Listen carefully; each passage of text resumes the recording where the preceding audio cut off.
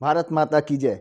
मित्रों, आज माँ भारती के महान सपूत नेताजी सुभाष चंद्र बोस की 125वीं जयंती है।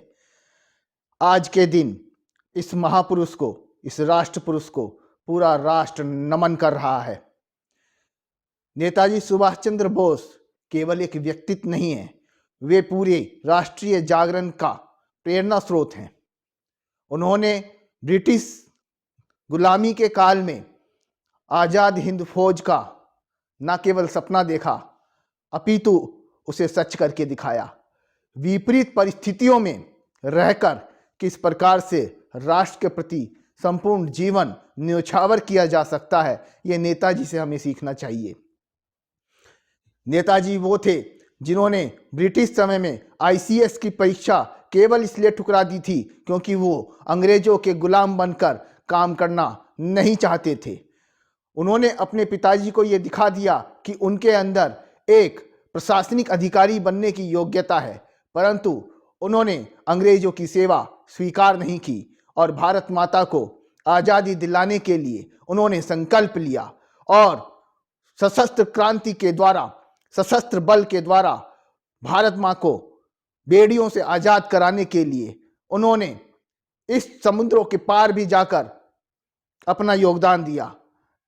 यहाँ तक कि उस समय के जर्मनी के बेताज बादशाह हिटलर से भी जाकर वो मिले और इस प्रकार हम देखते हैं कि उस महान सपूत ने भारत के युवाओं के सामने भारत की आज़ादी का एक ऐसा मंत्र फूंका। उन्होंने कहा, तुम मुझे खून दो, मैं तुम्हें आज़ादी दूंगा। और उन्होंने एक और नारा दिया, जय हिंद, जिसे आज भी सेना जय हिंद को गर्व के साथ बोलती है। मित्रों, आज के इस पावन दिन पर हम सभी उन्हें श्रद्धा सुमन अर्पित करते हैं और विशेष बात यह है कि आज हमारे यशस्वी प्रधानमंत्री नरेंद्र मोदी जी के द्वारा इंडिया गेट के सामने जो छतरी है उसमें नेताजी की होलोग्राम प्रतिमा का अनावरण किया जाएगा। उसके पश्चात नेताजी की ग्रेनाइट से बनी हुई 12 फुट ऊंची एक प्रतिमा उस स्थान पर लगाई जाएगी। यह वह स्थान है जहां कभी ब्रिटेन के राजा जॉर्ज पंचम की मूर्ति हुआ करती थी, परंतु आज वह समय आया जब हम आज़ादी का अमृत महोत्सव मना रहे हैं और यह वास्तव में सही वक्त है कि हम अपने आज़ादी के दीवानों को याद करें, स्मरण करें और उनको वह स्थान वापस दें जो इतिहास ने उन्हें कभी प्रदान नहीं किया। नेताजी सुभाष चंद्र बोस आज़ादी के बाद भी जीवित थे, ऐसा बहुत से लोग मानते हैं, क्योंकि जिस विमान कांड में उनकी मृत्यु का अंदेशा किया जाता है वह विवादास्पद है।